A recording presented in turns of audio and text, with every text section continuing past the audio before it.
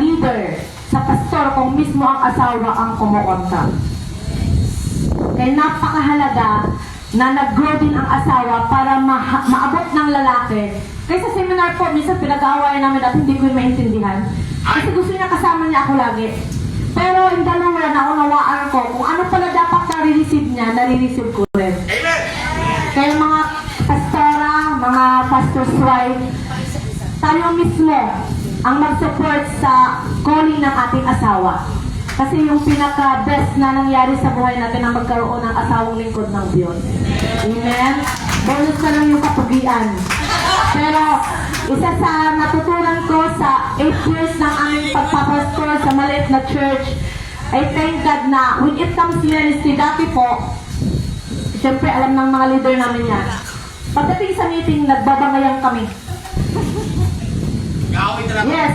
Kaya napakahalaga na bago sa meeting, ang pastor din maalang magsabi sa pastora kung ano yung pagmimitingan. True. Hindi yung nasa harap pa kayo, bakit ganito, bakit ganito? So nakikita ng leader yun. Kaya napakahalaga, bago magpa-meeting ang pastor, alam din ang asawa. Ayan. Kasama mo sa bahay, hindi mo masabihan. Kaya pagdating sa meeting, sabog. Ano makikita ng leader? Kontra. Magpaaway ang pastor at pastora. So, napakahalaga na kung ang asawa mismo ang tawag na magpastor, ang leadership niya dapat siya. Huwag mag-overpower ang asawa. Kasi napakahalaga, hindi ka matawag eh. Kung hindi ang asawa mo. So, una, ako, pinapaninindigan ko sa amin. Noon pa, alam nila yun. Panggain niyo ako, wag lang siya. Ganun ako katapang. Pero, yes, kaya ko, ako lang, lagi ko sinasabi noon, ako lang may karapatang umaway sa kanya. Kayo, wala kayo. Yes, alam ng church yun. Why? Kung ako mismo nakikita ng mga tao na hindi ako marunong mag-submit sa kanya lalo sa church, hindi ko po pwedeng expect sa mga tao, sa leaders namin, na sundin siya kasi ako mismo hindi. Amen? So, nakakatuwa na yung buhay ng, alam niyo, ang buhay ng pastor is talagang absorber ng mga stress. Kami yung todong umiiyak, kaya ako, malakas ako magalit talaga sila, no? Nagpapalayas ako ng worship team. Pero bago nangyari yun, ay situin na namin nila ako. Alam ng bawat isa sa atin yun. Kaya minsan, pag-worship time, magpupunta ka lang kayo, pag bilang ng mata nyo, wala na kayo sa stage. Kasi sir, kumakanta ako pero umiikot ako.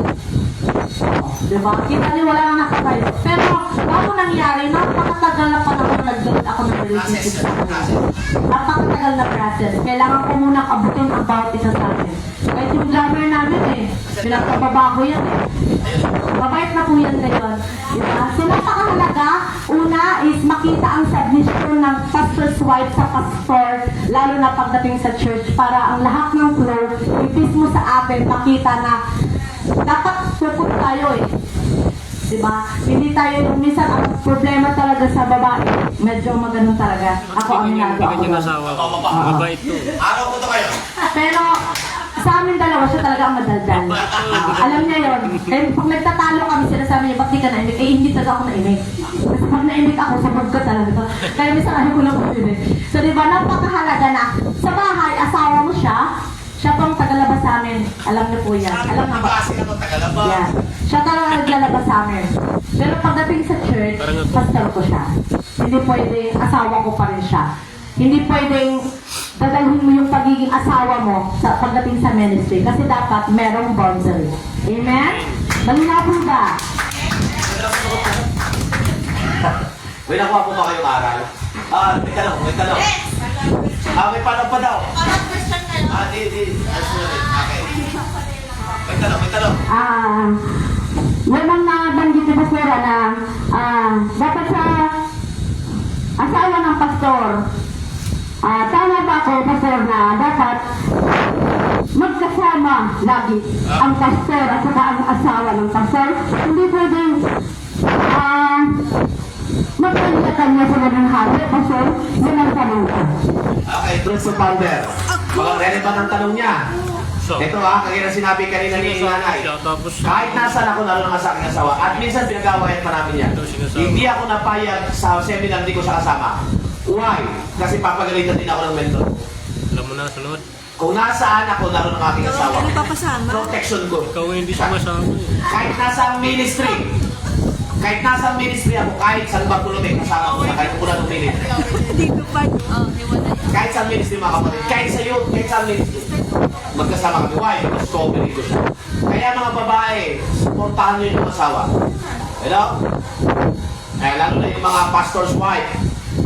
Ha? Huwag kayo mag-intindihin yung kakainin na ng mitin. People provide ng Lord yun. Supportahan ninyo ang inyong asawa. Oh, Arnold, narinig ko ngayon. Ngayon mismo, susuportahan na kita.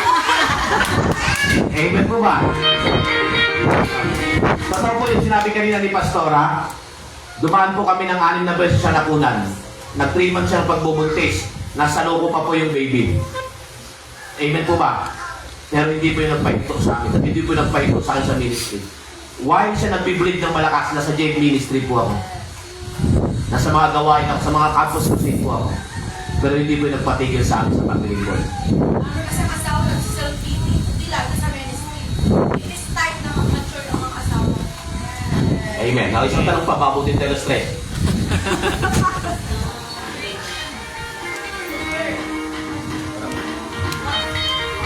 Ano po ba ang pagkakaiba ng tithes and offering? Wow! Magandang tanong yan. Gusto yung tanong ito, gusto talaga mag-tights. Ayun, pag-practicein natin mamaya pagkatapos dito, ha? Makinig. Ang tights, makinig. Ang tights, makinig. Hindi sa'yo yun. Amen? Yun ay kay Lord. Yun ang pinagkaiba. Ang offering, doon ka pala nakapagbigay. Sa tights, wala ka pala pagbigay. So, ang malaki po ang pinagkaiba nila. Sabi ko, ulitin ko po, malaki ang pinagkaiba nila. Kasi sa tithes, binabalik mo lamang yung kay Lord. Sa offering, doon ka pa lamang nagbibigay. Amen po ba? So, kung sa tithes, hindi ka marunong magbalik, paano ka pa marunong mag-offer? Pastor, ano ba dapat namin i-offer kung wala pa kami gaano ngayong kapirahan? Una, sarili mo, time mo, lakas mo, skill mo. Amen. Amen? So, ayun, bago ako umuwi, tinuro ko yung teaching na natanggap namin. Sayang hindi ka kasama. Yung 100 folds of blessing. Tinakal doon what is tithes and what is offering seminar. So, I hope nasagot yung tanong. Pastor, paano po ba ginagawa ang tamang pagre-review? Ako? Mukhang may review. Sino ba yan? Sabi sa Bible, review is better than second love. Kaya lang, dagdagan natin na, paano ba ang tama? You cannot rebuke a person without a relationship. Example, si Macy. Re-rebuke ko siya lagi. Wala namang relasyon sa kanya. Sabi sa kanya, Macy, pabihira ka, review ka na review. Kilala mo ba talaga ako? Magkakilala ba tayo? So you cannot rebuke a person without a relationship. So, ang proper niyan, mga pastor at pastora, kagaya ng sinabi ni Pastor Mavic, learn na makipag-banding sa kanila. Kami po ay naliligo po kami sa ilog sama-sama. Kumakain po kami, minsan nag-start kami ng fellowship ng gabi, 7 to 1 a.m. Umuwi kami from church, dito dumataan kami, launa ng madaling araw, kwentuhan lang, iyakan. Hindi ako lagi nagpapatawag ng meeting, minsan ang meeting namin. Ano lang, yung simpleng gawain, napag-usapan na namin lahat. Nagluto-lutuan kami, pumupunta kami ng ilog. Minsan doon kami kumakain sa isa. Magsasabi si Ate Vivian, Pastor, dito po kayo kumain. Doon kami nagkikwento sa bahay nila. At ang importante, alam mo yung nangyayari sa mga leaders mo. Alam ko yung nangyayari sa bawat pamilya ng mga leaders ko. Yun ang masasabi ko lang. Sabi ko, alam ko yung nangyayari. Kasi kapag hindi ko alam, hindi rin masasabi sa pagpapiran, hindi ko naman alam. Paano ako makapag-review sa inyo? Kaya yung pag-review, intended lamang ito, makinig, doon sa mga may relasyon ka. So, wala na magdagdag mo. Bago sa review, pwede mo na tayo mismo. Kasi minsan, ang pag-review, hindi na marunong tumanggap ng review. Praise God, maganda to. Diba?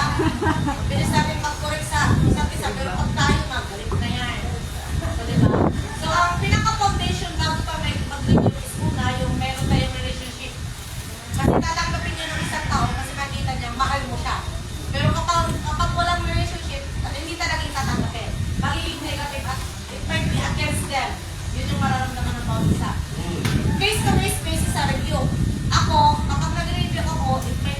one-on-one. Pero when it comes to worship team, team talaga. Pagkalatan. Hindi yung ihaharap mo sa congregation, wala mo silang alam ko. Kailangan kung worship team, tamaan ang tamaan. Pero kung isa lang ang may kailangan i-review, one-on-one mo siya. Dapat na sa proper way tayo. At huwag din mag-review, gamitin ang pulpito. Kasi ito ay lugar ng Diyos, banal. So, kapag sinasabi natin yon, lalo na kapag may, ito usually nangyayari sa mga churches, kapag may nakwento sa pastor, sa pastora, pagdating sa preaching, doon sinasabi, kulang na lang lagyan ng pangalan. So, proper way, una is relationship. Kailangan mag-build. Hindi laging pastora ka, hindi laging pastor ka all the time. Sometimes magiging nanay ka, magiging kaibigan ka. Sila mismo makaka-distinguish kung saan sila. Pangalawa is case-to-case basis. Minsan one-on-one or minsan halimbawa pag-team, pag-KSM, pastoral staff talaga siya. May follow-up pa tayo doon? Pero pagka strong ng relationship nyo, magaling, any moment, any minute, pwede mo siyang review. Kagaya na lang sa amin. Pag nagdadrive yung mga worship team namin, sinasabihin ko sa kanya, lakas ng loob nyo mag-drive, wala kayo lisensya. Hindi pwede puro konsensya. Tandaan nyo, pag naharang kayo ng mga polis, sir, pasensya ka na, bakonsensya ka, wala akong lisensya. Hindi pwede gano'n. So, harap-harapan ko sila kinukorek. Kaya sila man, Andre, at iba ko pa mga part ng worship team. So, I can correct directly sa mga may, kasi sa akin sila naglalatihan na may pagyayabang ko yan, homegrown ko sila. Yan, si Andre, dating mukhang drum ngayon, nagdo-drum na. Di ba? So, sa akin sila lalo lumaki. So, kaya ko sila i-directly correct. Di ako nagpapalibiligo. One time, galing akong seminar from Clark, kakasakay ko lang, nadanda mo na, kakasakay ko lang, sinundok nila ako, kakadrop by ko lang sa bae, and then meron parang sumablay na salita, nakorek ko kagad. Pagamat, pero hindi mo pwede kasi gawin yun sa hindi mo anak. Hindi ko pwede gawin yun. Kasi makinig din niya matatanggap. At sinabi ni Pastora na, tama yun, proper way. Tandaan nyo lagi, iba yung nagtatama at pinapatamaan. Ulitin ko lagi, magkaiba. Dapat you know this. Iba yung nagtatama at pinapatamaan. Pag pinapatamaan, kilala mo. Example ko na lang, in-example ko kanina si Distal. Magaling. Kahit hindi ko siya pinupuntahan noon, prodigal son siya before. Never ko yan diyakan papunta balik sa church. Pero kaya ko siyang example sapagkat nakita ko willing siyang magpakorek, tanggapin, tunukin. Amen? Hindi lahat ganoon. Sa review, merong correction, papasok din yung pagkatama, correction talaga, the alignment. So, see to it na when it comes sa correction, pag may ika-counsel, hindi pwedeng may tama, may mali. Kung hindi, makita kung ano ang dapat gawin. Okay, maganda yung Pastor Amamik yung sinabi mo kanina na yung nagre-review, dapat tumanggap din ng review. Yes. Now, ang tanong, to be honest lang, mga hindi tayo kayang i-review ng ating membro. Kaya lang pag alam mo, kahit hindi na sila magsalita, dapat meron kang heart na magsabi, nagpapasalamat ako sa mga sinabi nyo. I'm stand corrected. Humingi ako ng pasensya. Dapat may ganun tayo, pastor. Amen. That's a leadership. Kaya nga, kung wala talaga ganun, sino ang able na mag-correct sa iyo? Mentor mo. Sabi ko, kaya nga pag walang nagbe-mentor sa iyo, walang magko-correct sa iyo. Amen. Klaro po ba? Yung fine and fine ay mentor. Amen? May tanong pa mahal? Meron pa next. Paano po kung ang leader ay may gift sa pagkukumbinsi tapos walang foundation?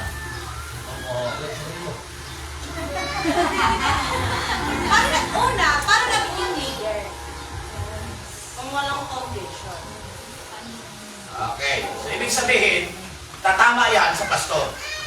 Pastor, huwag nyo ilagay sa pagiging leader na walang foundation. Di ba sinabi ko ito kahapon?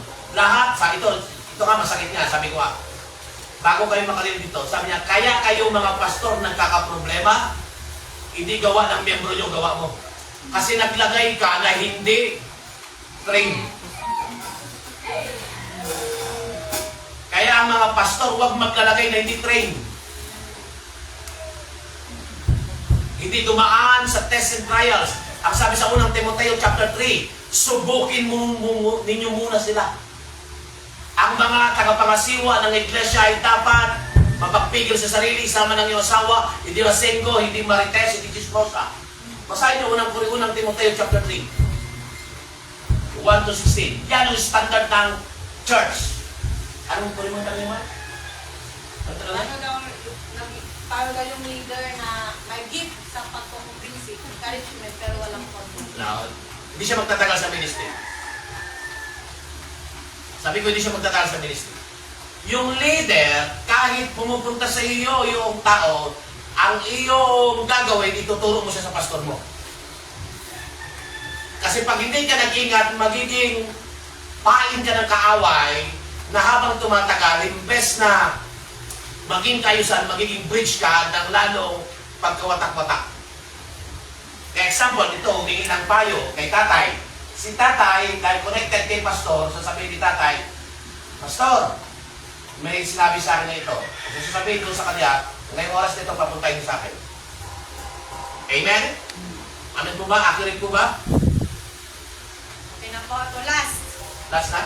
Sabi dito, paano po kapag nagbabago ako ng policy as a worship director, pero hindi pa rin nila ako sinusunod? Minsan po, napipil ko na invisible o walang base ang policy ko. Okay, kung hindi siya sumusunod. Makinig. Alisin mo na. As worship team, ako sa amin, akong head ng worship team, sa instrument na si una is hindi ako basta-basta nagbababa ng policy. Yes. Kasi hindi dapat tayo magiging dogmatic. Dapat ito yung ginagawa nyo. Ito yung ginagawa nyo. At anong klaseng policy? Dapat, ang policy is hindi lang pabor sa'yo. Hindi lang pabor sa akin.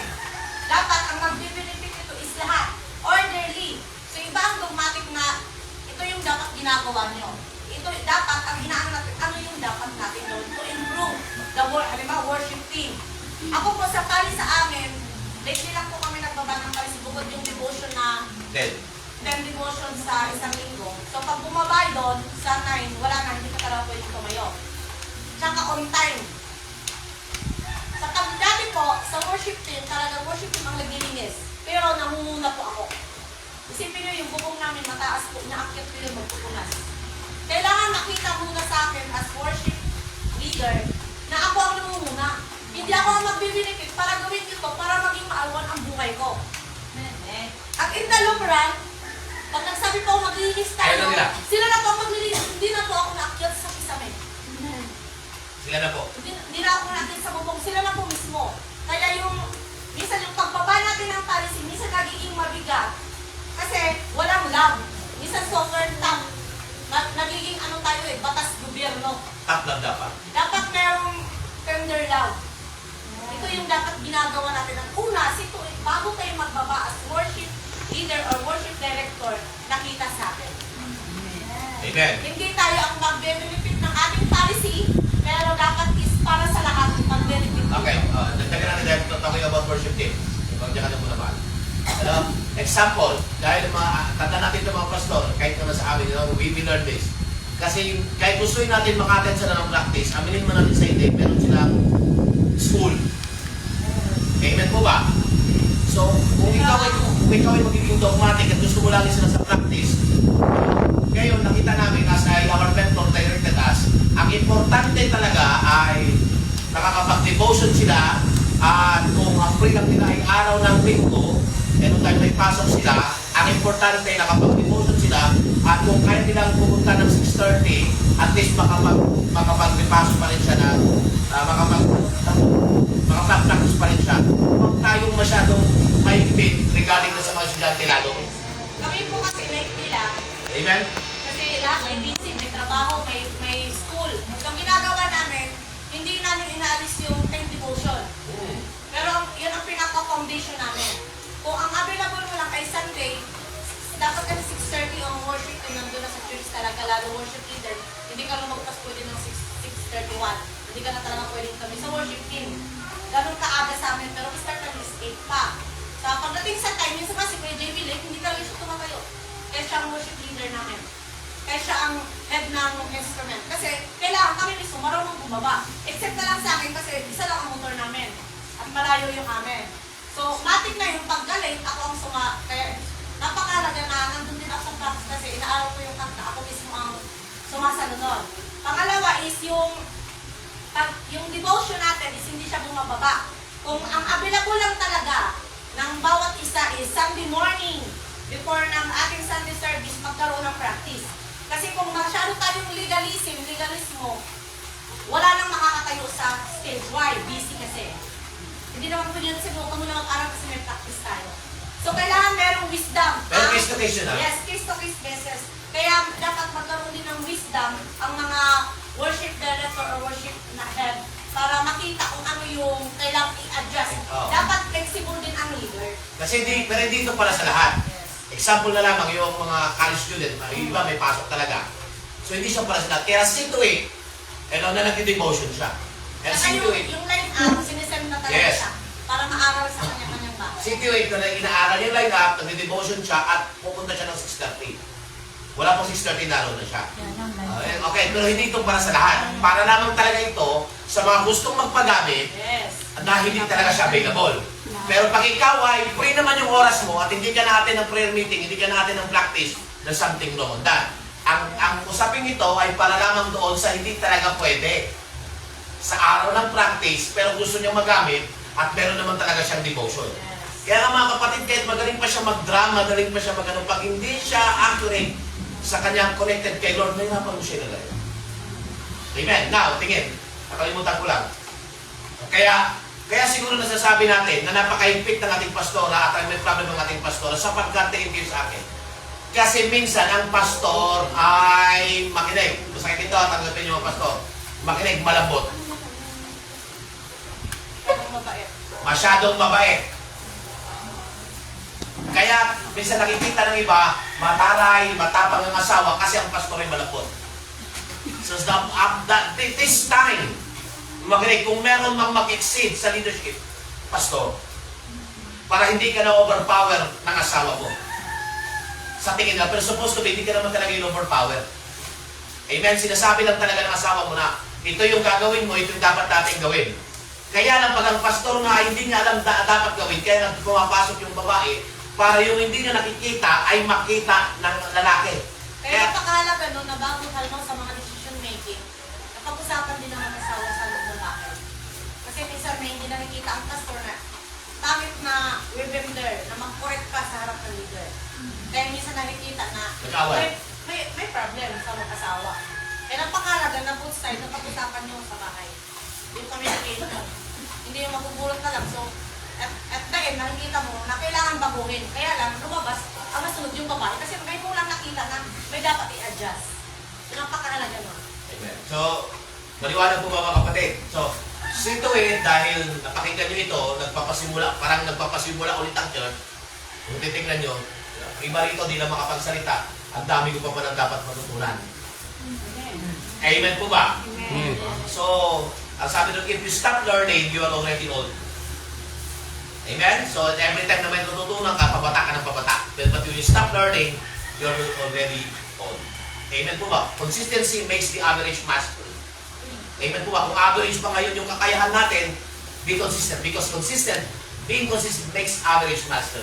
So, we are not here para magyabang na ito kami. Hanggang ngayon, to pander, hanggang ngayon, natututo pa rin ako. Still, I am willing to learn, me and my wife and the leadership of TBC. At ngayon, nagpapaturo ako kasi makinig, I want na ang church ay hindi lamang ganito. Gusto ko maabot ang church yung pinakapanawagan niya at umangat pa. Amen po ba? At nagpapasalamat ako na you're willing and able na makinig. Amen? Sa ganitong pag-uusap. Amen? At I hope nakatulong kami sa inyo.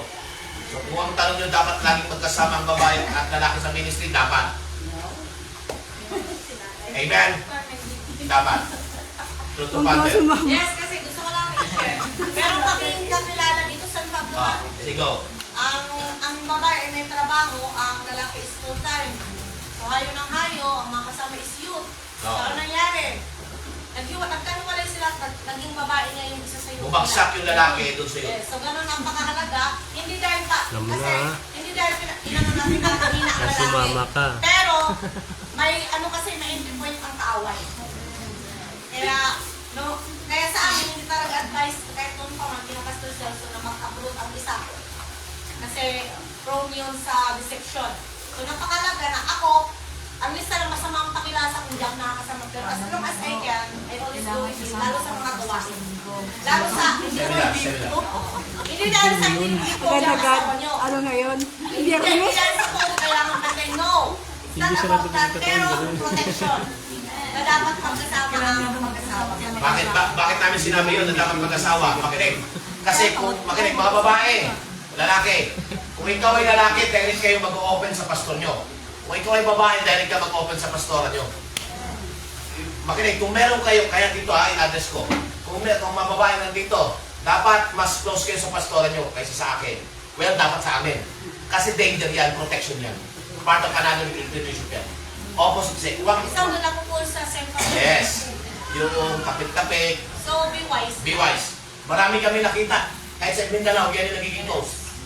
Dahil pinabayaan yung lalaki na Paul. Si Satanas, alam niya, pakinggan niya kung maigi. Alam ni Satanas yung weakness natin. Hanggang ngayon, kaya tayo mga pastor na may weakness tayo. Para makinig, may weakness tayo. Alam ni Satanas ang iyong kainaan. Amen. Kaya nga, for you to be covered, yes, lalo yung Holy Spirit, lalo yung asawa mo. Amen? Kaya tayo, alam sa amin, kung magyakapan, grabe. Amen? Tayo magyakapan. But we see to it, dapat walang mali siya. Ano pag pogi yung mga pastor niya? Amen po ba? Ito kagaya ito, pogi-pogi, batang-bata pa. Kaya nga, sunod-sunod, dapat kasama-sama. Sunod dapat kasama-sama. Dito to, kami mismo, kahit ang aming mentor, pinapagalitan siya ng kanyang mentor. Bakit ikaw lang? Sa next, huwag ka nang pupunta pag ikaw lang. Amen? Kasi covering. Kaya tingnan nyo, bakit ito? Alam ni Pastor ito. Biruin mo, ikaw lalaki, alive na alive ka. Tapos yung asawa mo naiwan sa bahay. Lalabang. Mawawala yung pagka-alive mo eh. Kasi alam mo kung bakit? Galit. Galit siya, ikaw ay on-par na on-par. Galit siya. Paano din yung naglalabang? On-par na ginagawa, pagod na pagod siya. Ang problem noon, magaling kung iniiwan yung paglalaba. Punit-punit yung damit eh. Ano ba? Kaya nga, sa totoo lang, hindi natin ito kayang tapusin ng ganito lang. Habang preaching na yun, haba. Amen po ba? So, meron pa mga next. Pero sa natingin ko, Pastor Litoy at Pastor Adulay, mas maganda if Sunday tapat. At least, nandito sila lahat. Kayo lang naman kung gusto nyo. Pero dito muna tayo na Pastor Dave, kung kailan nyo magusto niya asahin. Amen. Message na si Pastor Dave. Tapos, baba namin sa inyo. Hopefully, pray kayo. Amen po ba? May tanong pa next, follow-up question. Follow-up question, Pastor. Okay na, Pastor. Okay, dito wala na? Bukol-bukol Follow-up na, Pastor. question. May follow-up question ba? Pastor? Wala na? So, kung sa tingin nyo ito ay nakakatulong sa mga churches dito at sa mga leaders dito, kayo nang bahala kasi sabi ng aming pastor, mahirap mag-promote ng sarili. Amen. Amen? Dapat ang nagpo-promote yung nakikinig. Amen po ba? Amen. So, I hope nakatulong kami sa inyo sa biyaya ng Panginoon. At sa next natin, ang panalangin ko talaga ito ay magawa na. Amen. Amen? Amen po na, Pastor. Amen. So, kung wala na, pinatawagan nyo na si Pastor. Pastor, kayo na bahala. Ito, ano masasabi nyo kayo Pastor na July?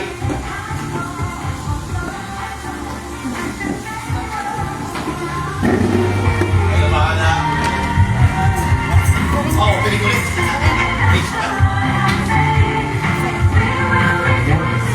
Muli, ating i-bless yung ating speaker. Magkaroon ulit ng offering sa mga nais na i-bless na pastor. Hindi biro din bago nila nakuha yung revelation na gano'n, hindi biro yung kanilang dinanas. Kaya dapat din na tayo mag-artist po sila. Siguro si na mag-closing, si Pastor Arnold. After itong offering.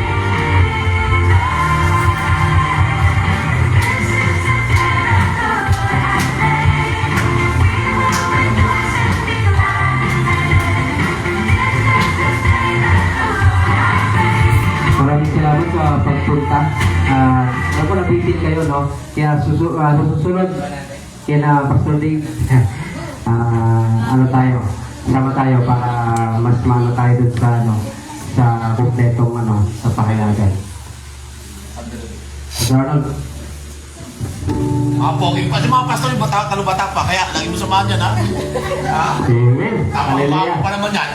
Salamat sa una, nagpapasalamat pa kami sa Panginoon dahil malaking tulong para sa isang lingkod ng Panginoon kung paano itaguyod, paano i-manage yung tupa na ipinagkatiwala ng Panginoon sa kanyang mga pastor. Amen? Tupa, hindi tupak, sabi ni Pastor. Amen? At salamat po kay Lord Pastor Sani, kay Pastora, sa kanyang mga kasama. Nagpapasalamat po kami sa inyong suporta sa church na ito. So, salamat sa bawat isa. Dapat tayo sa pagtatapos. Hallelujah. Pinupuri ka namin, Panginoon, sa mga oras na ito. Nagpapasalamat kami. Alam namin na mula sa umpisa, Lord, sinamahan niyo po kami. Nangusap kayo sa amin, Panginoon. Kaya po, dalangin namin, Panginoon, na anuman pong napakinggan namin, Lord, dalangin namin na ito ay umugat sa aming mga puso. Ito ay tumubo, Panginoon, at makita sa aming mga buhay, Panginoon. Tulungan mo kami ng aming napakinggan. Sa seminar na ito, Panginoon, ay aming pong may sa pamuhay, Panginoon, Lord God. At tunay nga po, Panginoon, ang salita mo ay matalas. Talagang nakakasakit ng damdamin, ngunit, Panginoon, yun ang katotohanan. Kailangan namin tanggapin kung talagang kami ay tunay na mga anak mo, Panginoon. Salamat po, Ama, sa bawat isa. Kayo po ang lubos na mangusap sa kanilang napakinggan, Panginoon Lord God. Salamat sa naglaan ng oras, Lord, sa 2 araw na kanilang inilaan, Panginoon, upang makinig. Kayo po magbalik sa kanilang lakas na nawala, Panginoon. Sa kanilang hanap buhay na kanilang binitawan upang dumalo sa mga gawain na ito, Panginoon. Kayo po magpala, Panginoon Lord God, sa kanila, sa bawat isa, Panginoon. Salamat sa bawat isa na nandito, Panginoon Lord God. Kayo po patuloy na may taas, madakila sa aming buhay, Panginoon. Maparangalan ka sa aming mga buhay. Pinupuri ka namin sa pangalan ni Jesus. Amen. Thank you po. Maraming salamat sa bawat isa. At see you all. And excited akong magbaba si Pastor Dave para mapagpatuloy po natin. Amen. Sasama sila. Dito sila. So, ano ni Pastor Dave? Mag-join po ba kayo? Mag-join kayo? Okay lang.